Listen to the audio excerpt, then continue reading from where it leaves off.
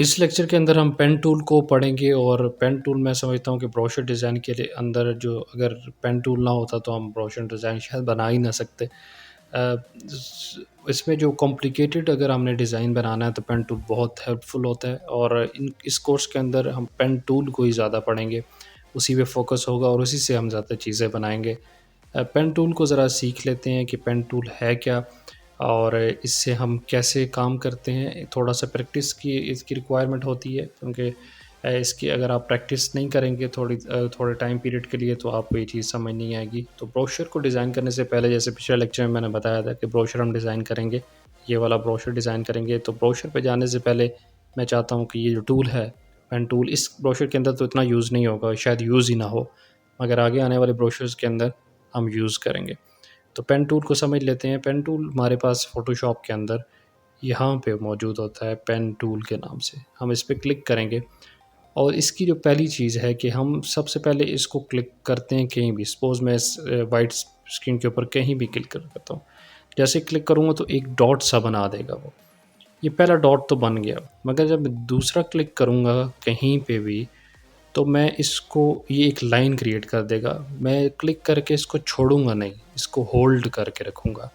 और अगर मैं इस पेन को नीचे की तरफ लेके जाता हूँ, तो आप देख रहे हैं कि वो कर्व बना रहा है और उस लाइन को बेंड कर रहा है ऊपर की तरफ, सही है?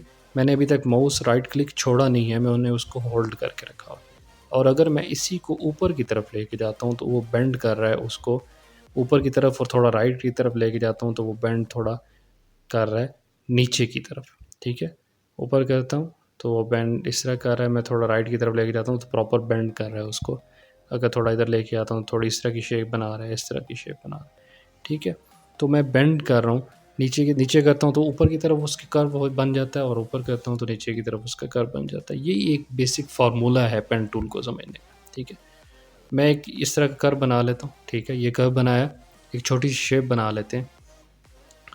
कर्व बना के मैंने अब माउस का उसके क्लिक को छोड़ दिया, ठीक है? और छोड़ने के बाद फॉर एग्ज़ाम्पल मैं यहाँ पे कोई कहीं पे क्लिक करता हूँ, तो देखें उसने खुद ब खुद ही उसको बेंड कर दिया। फ़ोटोशॉप ने खुद ब खुद उसे बेंड कर दिया। मुझसे नहीं पूछा कि यार तुमने इसको बेंड कैसे करना है? मैंने उस पे क्लिक किया, उसने खुद ही एक अजीब-सा डिज़ाइन कर्व बना दिया। वजह क्या थी? अगर कमांड ज़ेड, अगर आपसे कोई गलती हो जाए तो आपने क्या प्रेस करना होता है? Command Z for Mac users और विंडोज़ यूज़र्स के लिए कंट्रोल ज़ेड। ये चीज़ें मैं इस लेक्चर में फिर कहूँगा कि ये चीज़ें मैंने ये छोटी चीज़ें, ये जो कमांड्स हैं, ये फ़ोटोशॉप के बेसिक कोर्स के अंदर मैंने बड़ी डिटेल में और बार-बार रिपीट की हुई हैं। और पहले लेक्चर में जैसे मैंने कहा था कि अगर आपने वो कोर्स नहीं पढ़ा तो पहले उसको कर लें, फिर ब्रोशर डिज़ाइन की तरफ आएँ। तो कमांड कंट्रोल ज़ेड या कमांड ज़ेड मैंने किया तो उसने बैक स्पेस कर दिया, मतलब बैक कर दिया, बैकवर्ड पे चला गया, जो मुझसे गलती थी उसने वापस कर दिया उसको।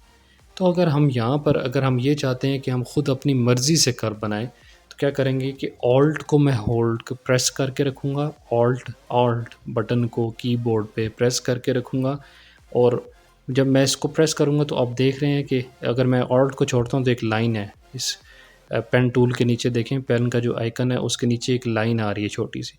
अगर मैं ऑल्ट प्रेस करता हूँ तो देखें वो लाइन शिफ्ट चेंज होके एक एरो की शेप में बन गई है। जब ये एरो की शेप में बनेगी तो आप इसका मतलब है कि आपने ऑल्ट प्रेस किया हुआ है।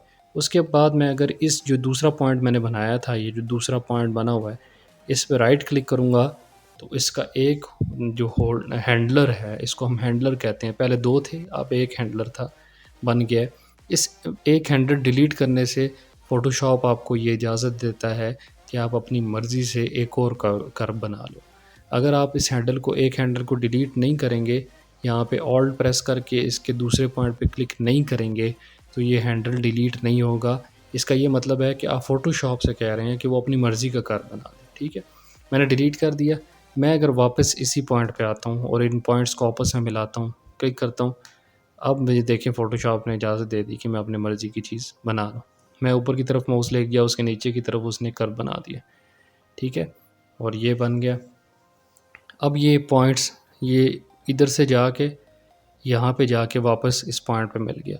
अब एक और बात कि अगर आपने पेन टूल की अगर सिलेक्शन बनानी है तो आपने क्या करना है कि सारी शेप बनाने के बाद जहाँ से आपने शुरू किया था, वहीं पर आके आपने ख़त्म करना है। अब देखिए मैं यहाँ से चला था, मैंने ये पॉइंट बनाया, वापस आके मैंने वापस उसी पॉइंट के साथ इसको मिला दिया जहाँ से मैं चला था। इसका मतलब है कि अब मेरी सिलेक्शन क्लोज़ हो गई है। वापस उसी पॉइंट पे मैंने आके उसको क्लिक कर दिया, अब मेरी सिलेक्शन क्लोज़ होगी। इसका मतलब है मेरी शेप बन चुकी हुई है। अब मैं इसके अंदर राइट क्लिक करूँगा, तो मेरे पास आ रहा है मेक सिलेक्शन।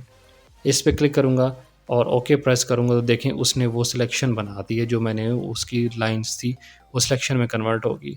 अब मैं एक नई लेयर बनाता हूँ, तो नई लेयर बनाने के लिए हम किस पे क्लिक करते हैं? ये प्लस का आइकन है, इस पे क्लिक करेंगे तो एक नई लेयर क्रिएट कर देगा फ़ोटोशॉप। इसके ऊपर अगर आपने फ़ॉरग्राउंड कलर करना है, जो ऊपर वाला अगर कलर करना है आपने इसके अंदर, तो ये जो ऊपर वाला बॉक्स है, इसको हम कहते हैं फ़ॉरग्राउंड कलर। जो नीचे वाला बॉक्स है, इसको बैकग्राउंड कलर कहते हैं, ठीक है? तो वो सेट बैकग्राउंड आ रहा है, मैं इसके ऊपर लेकर जा रहा हूँ माउस, तो वो मुझे बता रहा है। अगर मैंने फॉरग्राउंड कलर करना है, तो फॉरग्राउंड कलर करने के लिए मैं क्या करूँगा, alt plus back space. Alt को प्रेस प्रेस करके रखूँगा और बैक स्पेस या डिलीट का बटन होता है कीबोर्ड के ऊपर कि मेरे पास मैक है तो इसके ऊपर मुझे डिलीट का बटन दिया और बैक स्पेस नहीं है या बैक का बटन नहीं है। जिससे आप बैक करते हैं ना, कोई चीज़ रिमूव करते हैं, वो बटन, उसकी बात कर रहा हूँ। मेरे पास डिलीट है, आपके पास हो सकता है बैक स्पेस हो या बैक हो या एरो बैक का बना हो, जिससे आप कोई चीज़ में डिलीट करते हैं। वर्ड के ऊपर लिखते हैं ना, तो कोई चीज़ गलती हो रही है तो आप डिलीट करने के लिए वो बटन दबाते हैं। उस बटन की बात कर रहा हूँ कि ऑल्ट को प्रेस करके रखेंगे और डिलीट या बैक स्पेस या बैक का बटन प्रेस करेंगे, तो आपका फ़ॉरग्राउंड कलर उस इमेज के अंदर हो जाएगा। और एक और बात, जिस लेयर के अंदर आपने काम करना है, जैसे मैंने ये कलर ब्लैक कलर किया है तो उसके लिए मैंने एक लेयर क्रिएट की है और वो एक नई लेयर है और उसके ऊपर अगर आपने काम करना है तो आपका उसको सेलेक्ट करना बहुत ज़रूरी है। अगर आपने उसको सेलेक्ट नहीं किया हुआ हो तो किसी और लेयर पे काम हो रहा होगा। फॉर एग्ज़ाम्पल मैं यहाँ से कोई लेयर सेलेक्ट नहीं करता, तो मुझे नहीं पता चलेगा कि किस लेयर पे काम हो रहा है।